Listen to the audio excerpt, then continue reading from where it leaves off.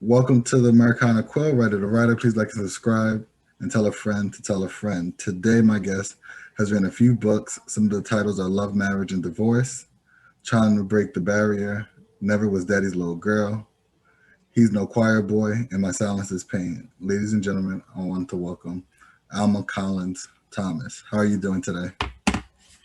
I'm wonderful. How are you? I'm good, can't complain. Just, trying to stay safe during this pandemic. Yes. So, I guess my first question is what gave you the writing bug? Well, I always enjoy writing, even from a child that I would just always write stuff. And I had millions of little notebooks with all different stuff that I started along the way. But what started me on the publishing bug was that one day I was on Facebook and Mhm. author Chanel Williams was looking for three people to write an anthology, Love, Marriage, and Divorce. So I reached out to her. She interviewed me. And she was like, have you ever written anything before? I was like, oh, I've written hundreds of things. But she was like, well, tell me about some. I was, well, I never published any of them. I just written hundreds of things. So she was like, all right. So she said, let me think about it. So she got back to me and she said, asked me that I was the first writer that she chose. So which one did I want, love, marriage, or divorce? So I took divorce, and when the book cover was published, because the book cover came out, the real reveal of the book cover came out first, and when I see my name on the book cover, I was like, oh my God, I'm an author. Right. And from there it just started, the writing, the flow. Okay. So that gave you the writing bug is doing that with a group of people.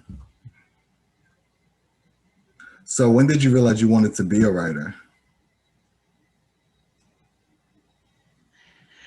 um I realized that I wanted to be a writer forever. Like I was always saying, I'm gonna write a book, I'm gonna write a book, I'm gonna write a book all the time. And people were like, oh, did you write that book yet? So from when I was young, I always had the desire to write a book. But the first book and it's so appropriate that I'm on here today with you because today is the 12th anniversary of my son's death.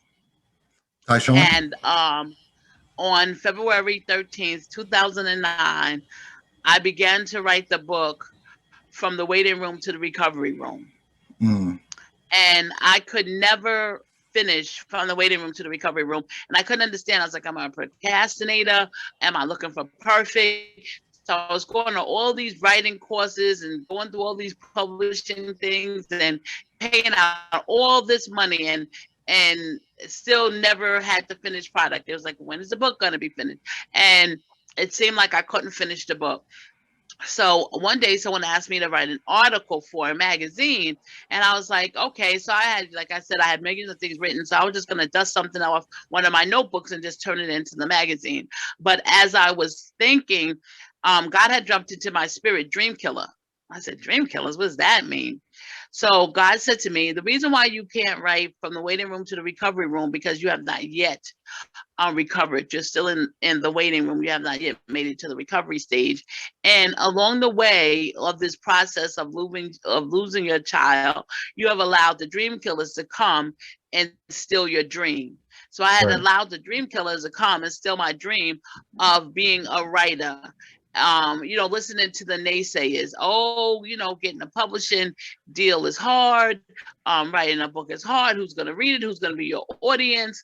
And so I listened to the dream killers. Oh, anybody can self-publish a book, and just listening to the dream killers. So at that point, when I wrote Dream Killers, and I wrote for Love, Marriage, and Divorce, Dream Killers, and From the Waiting Room to the Recovery Room, all in the same span of time. Hmm. And like I said, when I realized that I was actually an author was when I saw my name in print. Like, have you ever? There's a saying that says, "If whatever you think about or whatever you focus on is what you'll become," and that Hmm.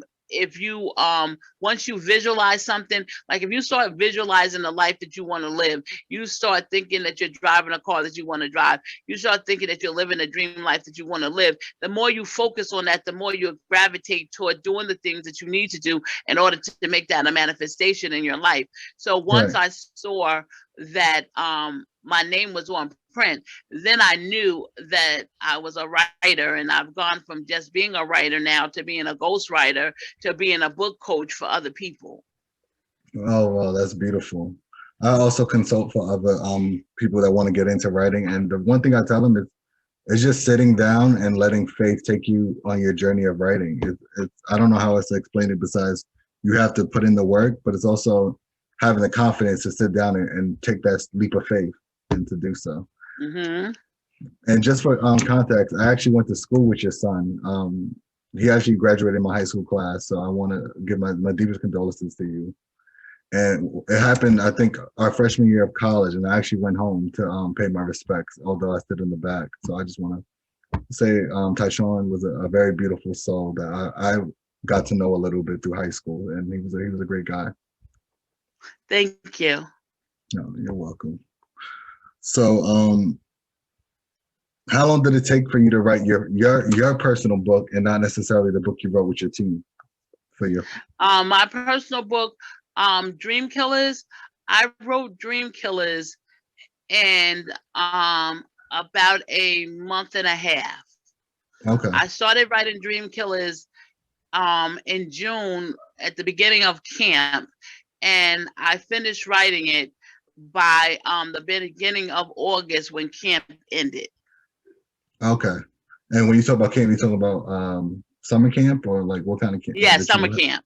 Summer camp. I have my own summer camp. So during summer camp, when the days that during downtime, when I was just downstairs watching the kids and they doing arts and crafts and stuff with the counselors, I was writing. And the funny thing is that sometimes they thought I was losing my mind because it was a healing process. So sometimes I was crying, sometimes I was laughing. And they was like, okay, my mother's one of my workers. She's like, okay, she finally went over the deep end. She finally lost it. But it was a healing process. And that's why now I teach people how to use writing for therapy. Right. Because, the writing actually helped me in my process of dealing with the grief of losing my only child. Right. So that's what really prompted me into the writing, because I had to find my passion. I had to find something that was going to not take the place, because nobody could ever take the place, but something to fill up that time. So times when I would be just alone crying, I would pull out my book and I would start writing. And so that's how that process really started. Okay. Is that how your schedule always is when you're writing, or what is like your ideal schedule when you try to write? Well, I usually, because I also have a 9 to 5, so I teach at Head Start, so I'm usually writing late at night when I get off, because what happened was that now that I want to take the writing into speaking and establishing now courses for people who want to write books. Right now I'm working on a workbook, because in March or April I want to start my first course on. So I usually write like in the evening, but I had to make it go from a hobby to more lifestyle, to my passion. So how before I was writing in my spare time, on my lunch break or whatever, just as a spare time. But now, because I have clients and I have my own stuff that I'm trying to get out, so now I have to work it like a business, not a hobby. So I try to write every night. Right now I'm in the process of taking a lot of courses, just perfecting my writing, because I didn't major in writing in school. So so now I'm just trying to perfect my writing. I have an editing team, but I just try to, every round goes higher and higher. So right, you want to sharpen your sword. Absolutely, I totally understand that. So what would you say is your most interesting writing quirk? Oh, and when I say quirk, I'm kind of talking about like what's the one weird, not weird, but interesting thing that you have to do just before you sit down to write. Like for me, I Okay, have to while pace I'm back and writing, forth. Sorry. For me, I have to pace back and forth a few times, scratch my head, and kind of get the cobwebs out of my hands before I start writing. So I just wondered, like, what is yours? okay, see, okay, mine is, and I was so funny because I was just talking about it today with my apostle. I'm a minister, so but when I'm writing, depending on what I'm writing, like if I'm writing an inspirational something, then I have to listen to my gospel music. Then I have my Hmm. gospel music playing and it got me in the flow. Now, if I'm writing something fictional and I have characters, then now then I'm listening to the oldies but goodies are R&B music, and the characters are that brings back the characters to me, because a lot of my characters are people that I have met and I just changed their stories around, but a lot of my characters are really based out of real people that I know. So whatever that time and that era, what we was listening to, what we were doing, I have to listen to that music to bring me back to that place, if you would understand. That's what I do. Yeah. Okay. So you kind of create like a writing playlist for you to get into the mode before you start to write. Yes. So I'm Okay. either, I'm listening to gospel. I know, like, okay, if I'm writing something inspirational, then I'm listening to Marvin Sapp and Kurt Franklin. And then if I'm writing something with fictional characters, then I'm listening to Gladys Knight and the Pips, and that old R&B. So that's what I do to get ready to write. Okay. That's a very interesting and great writing quirk to hear about. Where do you get your information or ideas for books? Like, do you think they're just downloads from God and spirit, or do you think it's a mix of you wanting to write certain topics and then God filters it for you? it's a um it's a mixture. Like my inspirational books, most of them, and this is how I tell people how I started writing. They started as sermons, and then I put the sermons together in a book. So they and into the book. So that's inspirational. And then there's other things like the my two projects that are coming out that you mentioned. He's no choir boy, and Never Was Daddy's Little Girl. Those are both books that I wanted to do. Find out. He's no choir boy. It's about different people getting into church and fictional characters. And I wanted to put that together. Actually, I wanted to start as a book and then be a play. And then He Never Was Daddy's Little Girl is the effects of fatherlessness in America.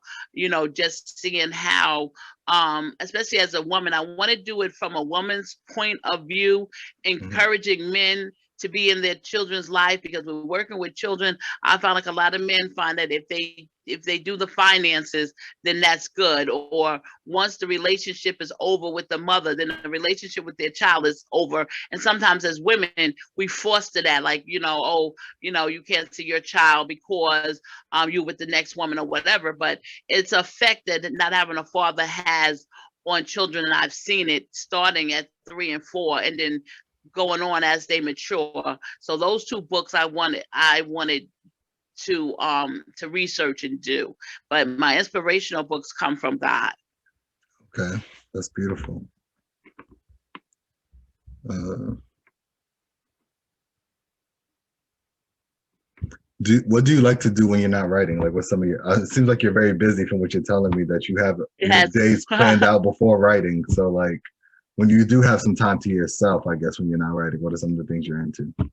I enjoy reading other people's stuff because Mhm. it gives you a perspective on. So I enjoy reading. Um, I enjoy hanging out with my family.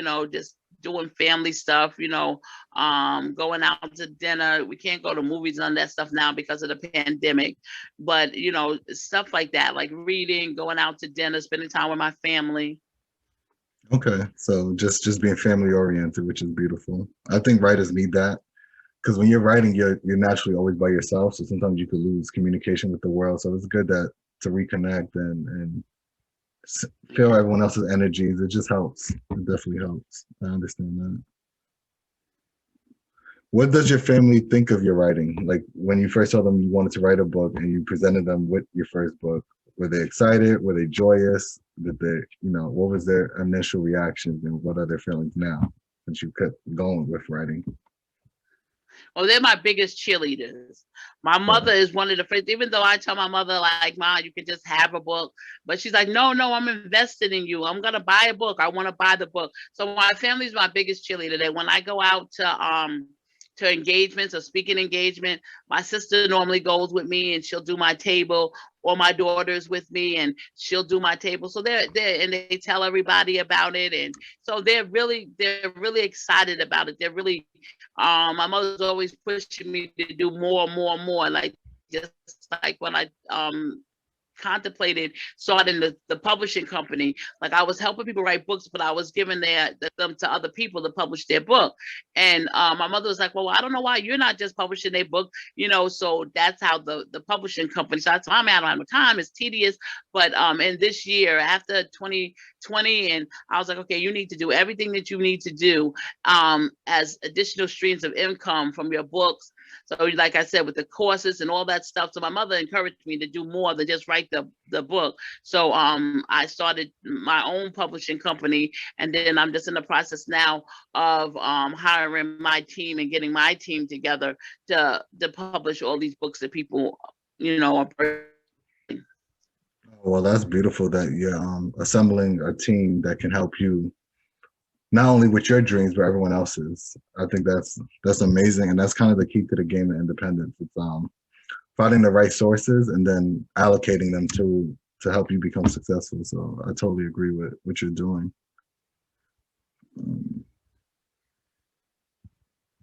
So I guess a few more questions I have is, what was one of the most surprising things you learned in creating your books about yourself?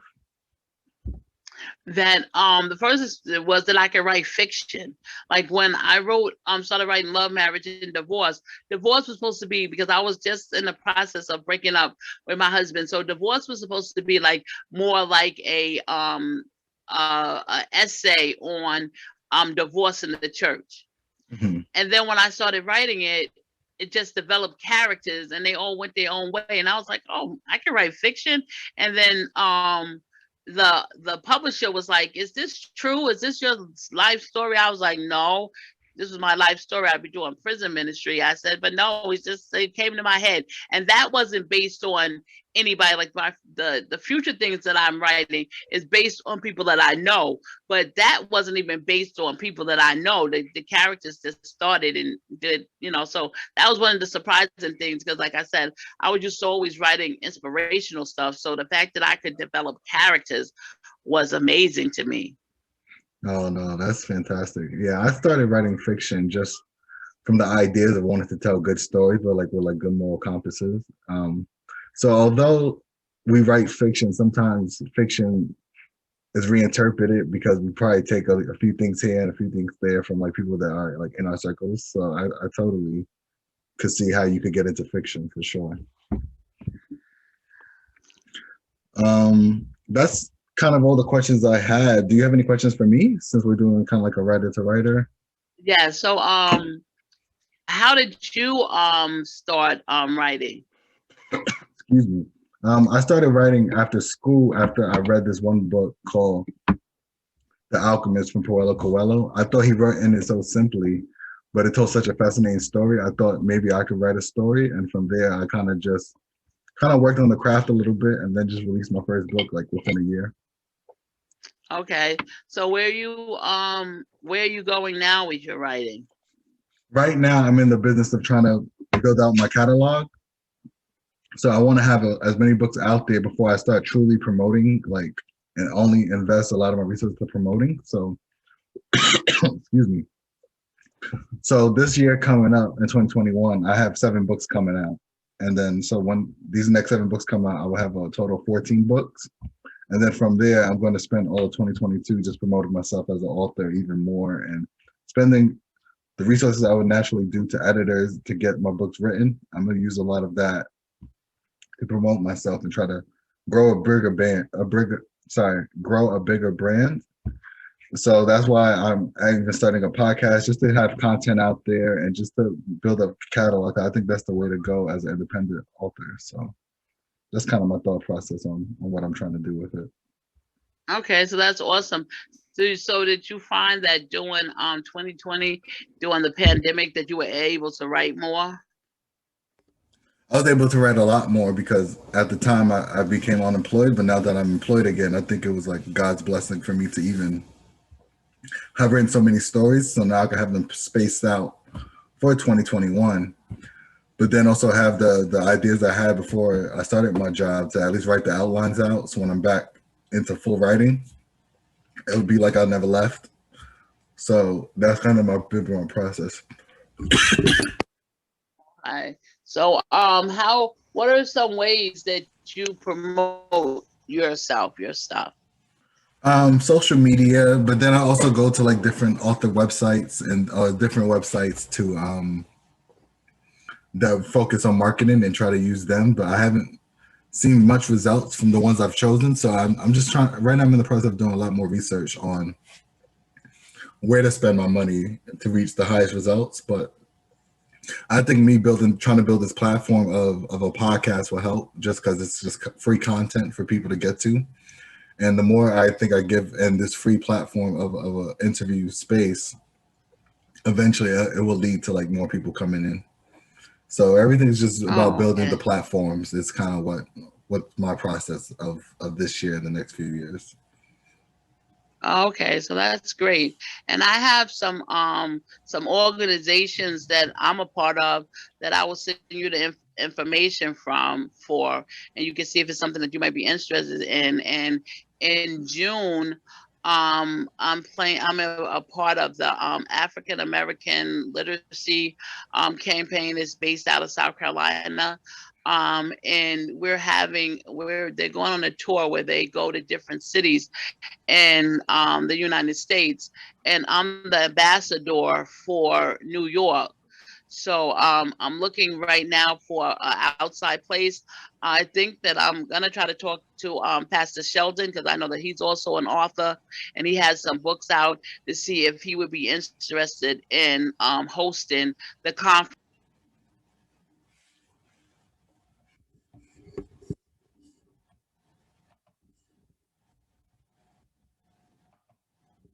Their journey. I'm gonna have some keynote speakers out there, so I'll definitely keep you abreast of that.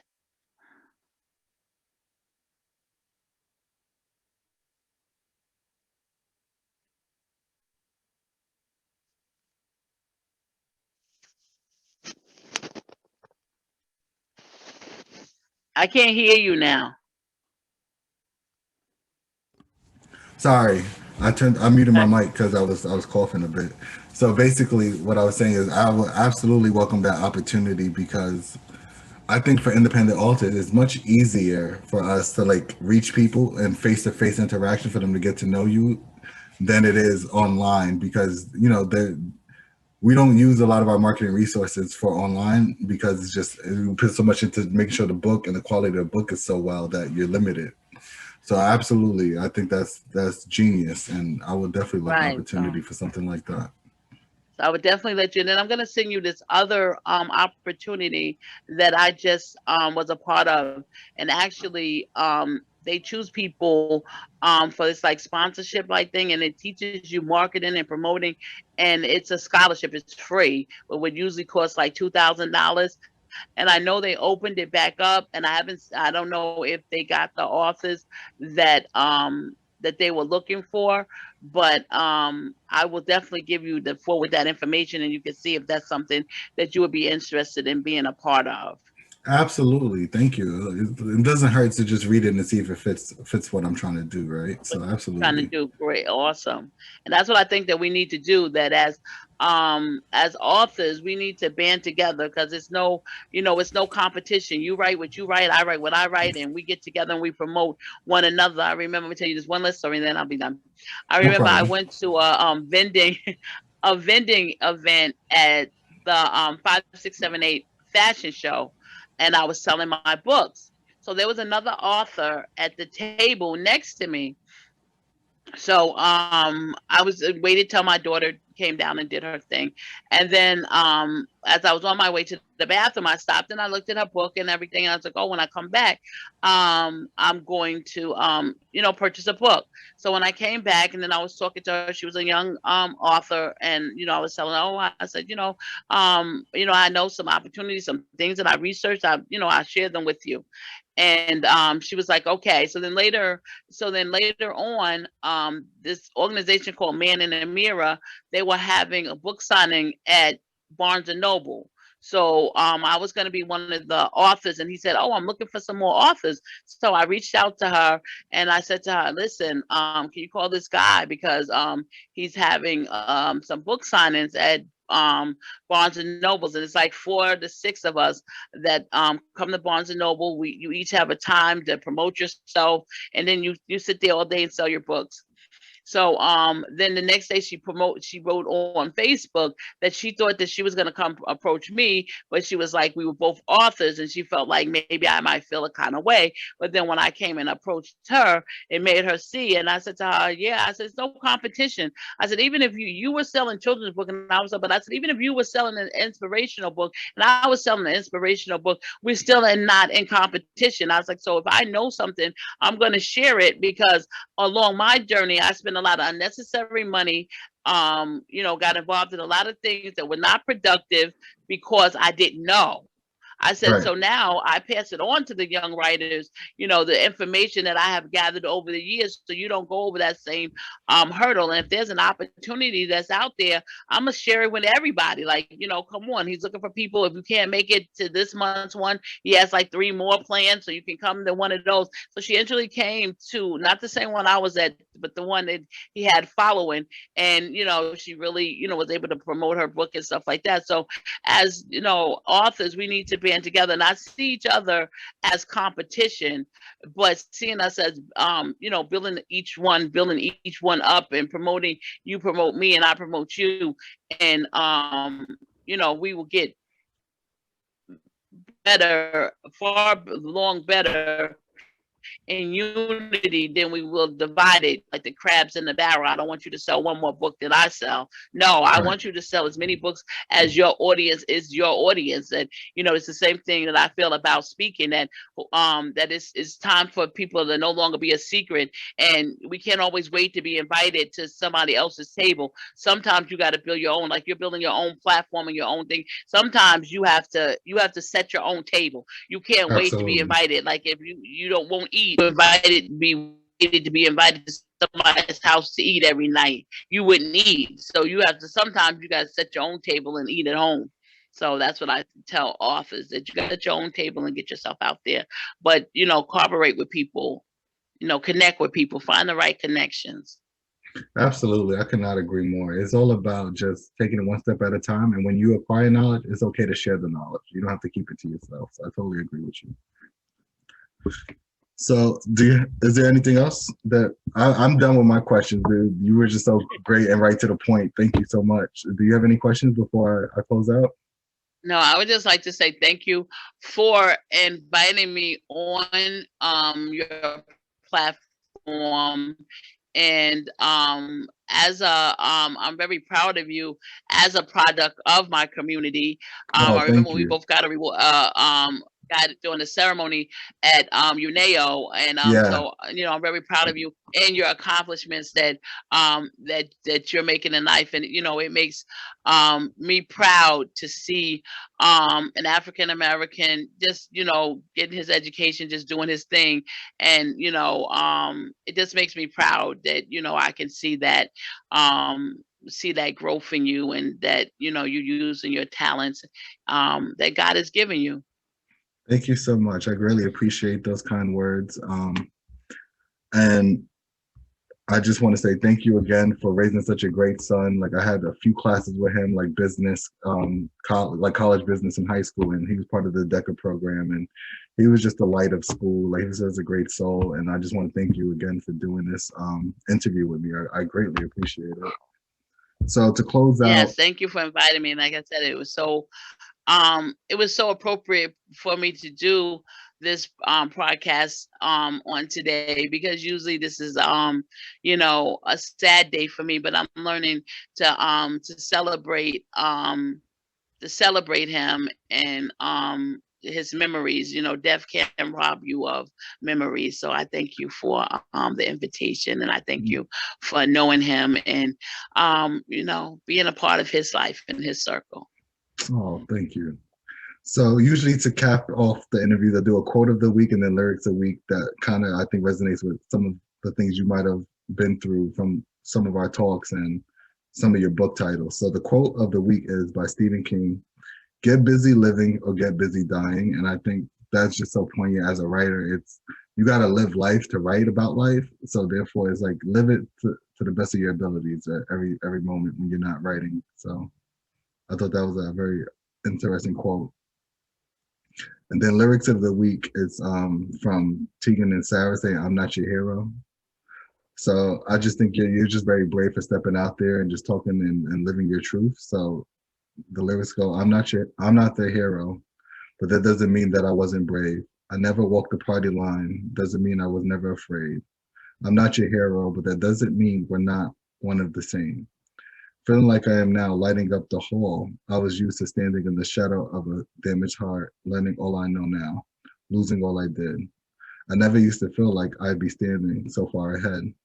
Sometimes it feels what I recovered, you lost, sending you a peaceful loss to me. I'm not the hero, but that doesn't mean that I wasn't brave. I never walked the party line, doesn't mean that I was never afraid. I'm not your hero, but that doesn't mean we're not one and the same. So those are lyrics I just want to dedicate to your writing and just some of the things that I knew before we had this conversation of what you persevere through. So thank you again for doing this, as I greatly appreciate it. Thank you once again for having me. And I pray God's blessings. I don't want to say good luck in your writing. I want to say I pray God's blessings over the gifts and talents that He has given you. And I decree and declare that you're only going to be greater from this point on. Oh, thank you so much. God bless to you and everyone in your loving circle and your family. This has been Americana Quill, Writer to Writer. Thank you guys. Take care.